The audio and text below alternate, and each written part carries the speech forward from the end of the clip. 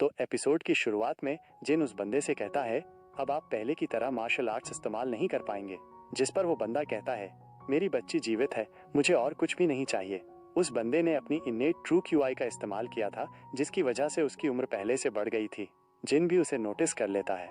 इनेट true की ये एक लाइफ फोर्स की एक फॉर्म है, जिसकी वजह से वो बंदा अब एक थर्ड रेट का आर्चर रह गया था। इसके बावजूद वो बंदा अपनी बच्ची को देखकर खुश था। वो कहता है मुझे लगता है मेरी बेटी की शक्तियां पहले से ज्यादा हो गई हैं। ये सुनकर गॉडली डॉक्टर यॉन उसे चेक करने का फैसला करता है। ये सुनकर यॉन भी अपना हाथ आगे बढ़ा देती है। जिन उस बंदे को देखकर मन में सोच रहा था एक पीक एक्सपर्ट अब एक थर्ड रेट का वॉरियर बन गया है। वो काफी दिलचस्प विलन है। जिन ने सोच लिया था कि वो इस मौके का भरपूर लाभ उठाएगा। जिन जानता था कि अधिकांश मुरिम वर्ल्ड के विलन्स के पास बेहतरीन मार्शल आर्ट्स होती हैं। नॉवल में उनके और डीमन किंग यानी ये हा रायून के बीच फाइट हुई थी। रायून चाहे इन्हें कितनी भी बार हरा दे, वे फिर से खड़ा हो जाते थे और कभी दुश्मन की तरह व्यवहार करते हैं तो कभी सहयोगी की तरह। वे क्लीशे हैं, फिर भी एक विलन है। मुझे कुछ भी करके उसे अपने तरफ करना होगा। उधर गॉडली डॉक्टर यॉन उसे चेक कर रहा था और उसे पता चलता है कि उसकी सभी नसें ठीक हैं। ये बात वो उसके पिता को बता देता है। वह ये बात सुनकर चौंक जाता है। ऐसा इसलिए हुआ क्योंकि वह बच्ची 15 दिनों तक मौत के मुंह में थी। मेडिसिनल पिल और ट्रू क्यूआई की मदद से उस बंदे ने उसके जीवन को बचाकर रखा था।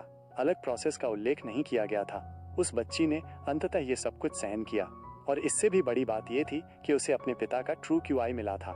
गॉडली डॉक्टर कहता है ये नसें टेम्पोरेरली ठीक हैं। अगर इनका कुछ नहीं किया गया तो ये नष्ट भी हो सकती हैं। अगले 10 दिन तक उसे अपनी इंटरनल एनर्जी को नसों में भेजते रहना होगा। हम एक्यूपंक्चर से उसका 10 दिन तक इलाज करेंगे। ये सुनकर वो बंदा फिर से इमोशनल हो जाता है। वो बंदा कहता है पता नहीं मैं इस एहसान को कैसे चुकाऊंगा। गॉडली डॉक्टर कहता है मैंने कुछ नहीं किया, सब कुछ तो इस बच्ची ने किया है। ये सुनकर यियोन भी जिन को धन्यवाद देती है।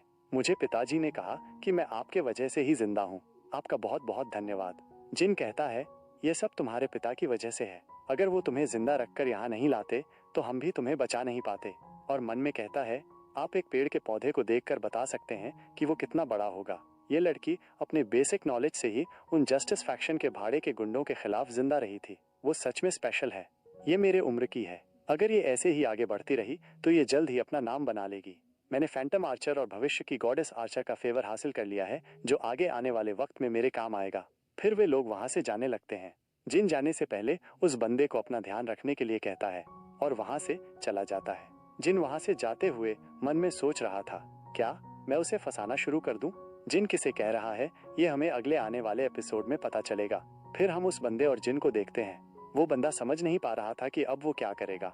वो जिन को बताता है अगर मैं बदला भी लेना चाहूँ तो मेरे पास अब उतनी पावर नहीं है। मेरी बेटी ने इतनी छोटी उम्र में इतना कुछ देख लिया है। मेरे पास अब ऐसी कोई चीज नहीं है जिसे मैं विश कर सकूं। मैं बस अब यही चाहता हूँ कि मैं शांति से इस दुनिया से जाऊं। जिन मन में सोचता है इसकी स्ट्रेंथ खत्म होने के बाद अब ये नेचुरल मौत तो बिल्कुल नहीं मरेगा। इसके दुश्मन ऐसा होने नहीं देंगे। जिन को याद आता है ये तो नॉवेल के उसी पार्ट की तरह है जब वो डीमन किंग ये हार आयों से हार गया था तो ये आश्चर्यजनक रूप से क्रोधित नहीं हुआ था, जबकि इसका जीवन बदल गया है। तो हमारे पास एक मौका है। जिन उस बंदे से कहता है क्या आप मेरी एक इच्छा पूरी करेंगे? जिस पर वो बंदा जिन से उसकी इच्छा के बारे में पूछता है और वो क्या है। जिन कहता है मैं आखिरी बार आपकी मार्शल आर्ट्स को देखना चाहता हूँ। वो बंदा कहता है क्या मेरी मार्शल आर्ट्स क्यों? जिन कहता है क्या मैंने ज्यादा मांग लिया? वो बंदा मानते हुए कहता है बिल्कुल नहीं, हालांकि मेरी मार्शल आर्ट्स टेक्निक रिपीटेड की गई मोशन की एक पोज से बनी है। जिस पर जिन कहता है मुझे कोई भी साधारण चीज नहीं देखनी है। आप मान लीजिए कि आपके पास एक धनुष है, आपको उसी से मुझे कुछ करके दिखाना होगा। ये सुनकर वो बंदा भी सोच में पड़ जाता है क्योंकि उसने पहले कभी ऐसा नहीं किया था, लेकिन वो जिन के लिए मान जाता है और कहता है इस जगह से जाने के बाद न जाने तुमसे दोबारा कब मुलाकात होगी। और जिन को उसका मजाक उड़ाने से मना करता है, चाहे उसकी हरकतें कैसी भी हों, और ऐसा इसलिए क्योंकि इसके अंदर कुछ कमी है। वो बंदा कहता है मेरी मार्शल आर्ट्स का नाम गॉडली इविल वैंक्विशिंग आर्चरी है। ये आर्चरी का एक हिस्सा है। इसकी शुरुआत बौद्ध धर्म से हुई है, टाओइज्म से नहीं। बुद्धिस्ट धर्म का उद्देश्य ज्ञान के माध्यम से मुक्ति हासिल करना है और इस मार्शल आर्ट्स तकनीक को सीखने के लिए तुम्हें उसी चीज को बार बार दोहराना होगा। जिन मन में सोचता है मैं उसके अंदर से एनर्जी महसूस नहीं कर पा रहा। क्या ऐसा इसलिए कि उसने अपना सब कुछ छोड़ दिया है? फिर वो बंदा उस तकनीक को परफॉर्म करने लगता है। वो अपनी एनर्जी से धनुष और तीर बना लेता है और वो बंदा अपनी एनर्जी एरो को छोड़ देता है जो सीधा जाकर एक बैम्बू में लगता है। फिर एक बार वो बंदा एरो शूट करता है। वो बंदा अब तीर और धनुष को महसूस कर पा रहा है और इसी तरह वो एरो शूट करता रहता है। जिन भी उसकी हैंड साइन को ध्यान से देख रहा था। जिन को जवाब मिल जाता है और मन में कहता है शायद इसे ही रोलिंग थंडर कहते हैं।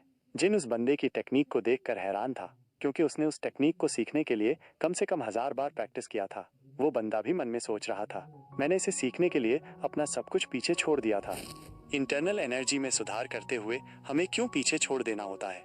बहुत सोचने के बाद मैं इस नतीजे पर पहुंचा हूँ। जब एक आदमी अपनी मैक्सिमम पोटेंशियल तभी हासिल कर पाएगा जब वो इंसान अकेले इंटरनल एनर्जी से तीर चला पाएगा। उसे समझ आ जाता है कि अगर उसे किसी को पीछे छोड़ना था वो खुद को है।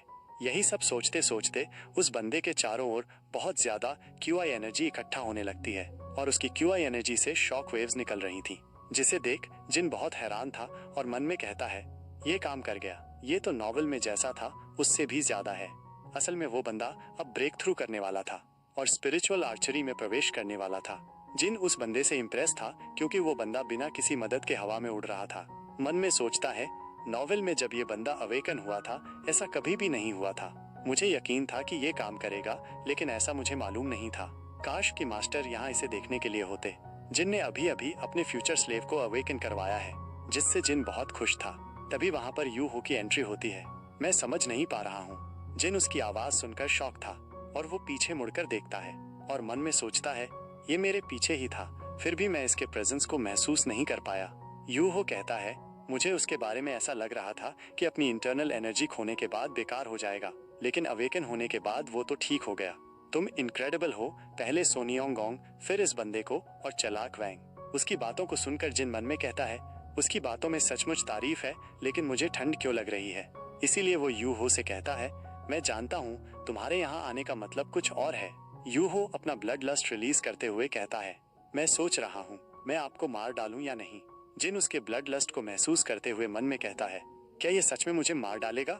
यू हो अपना ब्लड लस्ट रोक लेता है, जिसके रुकने के बाद जिन लंबी लंबी सांसें लेने लगता है और मन ही मन कहता है मैं अपने शरीर को बिल्कुल हिला नहीं पा रहा था। जिन यू हो से कहता है तुम मुझे मारना क्यों चाहते हो। जिन समझ गया था कि यू हो सीरियस है। यू हो कहता है क्योंकि तुम्हारे वजह से लगभग मास्टर मरने वाले थे और जब तक तुम जीवित रहोगे तब तक मास्टर अपने आप पर जोर डालते रहेंगे। ऐसा तब तक होता रहेगा जब तक वे मर नहीं जाते। जिन इस बात को जानता था कि अगर कोई टर्मिनली इल रोगी किसी डिसाइपल को चुनेगा तो उसका मतलब उसका जीवन धीरे धीरे समाप्त हो जाएगा। और इससे भी अधिक उन्होंने एक ऐसे मरीज को स्वीकार किया जिसे नॉर्मली कोई स्वीकार नहीं करता। वो खुद को ही कह रहा था।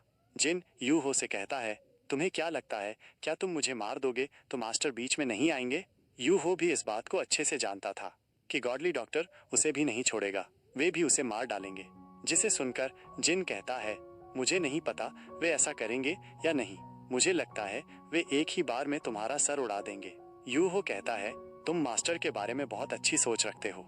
वो उस तरह के आदमी नहीं है, बल्कि वे मुझे इस तरह से मारेंगे कि डिमोनिक क्लैन भी मुझे उस हालत में देखकर उनका सर गुम जाएगा। हम एक झलक गॉडली डॉक्टर के सबसे बरसक मोड को दिखाया जाता है। जिन मन में सोचता है वे मास्टर के बारे में ऐसा सोचता है। अब तो जिन को उसके ऊपर शक होने लगता है। यू हो कहता है इससे फर्क नहीं पड़ता कि मैं कैसे मारूंगा। अगर मास्टर तुम्हारे वजह से एक लंबी जीवन जी पाए तो मैं अपना कर्तव्य पूरा समझूंगा। वो जिन को नहीं मारने का फैसला करता है, जिसे सुनकर जिन को राहत मिलती है। यू हो कहता है इसका मतलब मैं तुम पर नजर रखूंगा, और वहां से जाने लगता है।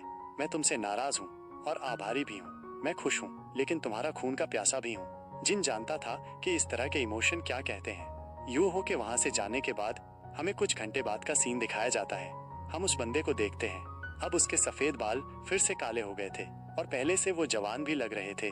उसे इस तरह देखकर जिन भी हैरान था। वो तो अपना मुंह खोलकर उसे देखे जा रहा था। वो बंदा जिन को ग्रीट करता है और जिन को शुक्रिया कहता है। आपके वजह से अब मैं ट्रांसेंडेंट के लेवल पर पहुंच गया हूँ। जिसे सुनकर जिन हैरान था। नॉवेल में इस लेवल तक पहुंचने का सभी मार्शल आर्टिस्ट का गोल होता है। ये इतना रेयर इसीलिए था क्योंकि इस पूरे कॉन्टिनेंट में सिर्फ 30 लोग ही यहाँ तक पहुंच पाए थे। वो बंदा जिन के सामने अपना सर झुका देता है। मैं कभी नहीं भूलूंगा कि मेरे मुश्किल वक्त में आपने अपना हाथ मेरी तरफ बढ़ाया था। मैं आपके एक इस ऋण में डूबा हूँ जिसे पैसे से नहीं चुकाया जा सकता है। जब आपने मेरे बच्चे की जान बचाई थी और मैं इस लेवल में पहुंचने का सपना देखता था, ये सब आपके वजह से है। मैं जानता हूँ कि आपने मेरे लिए जो कुछ भी किया है मैं उसे नहीं चुका सकता। जिसे सुनकर जिन एक शातिर स्माइल देता है।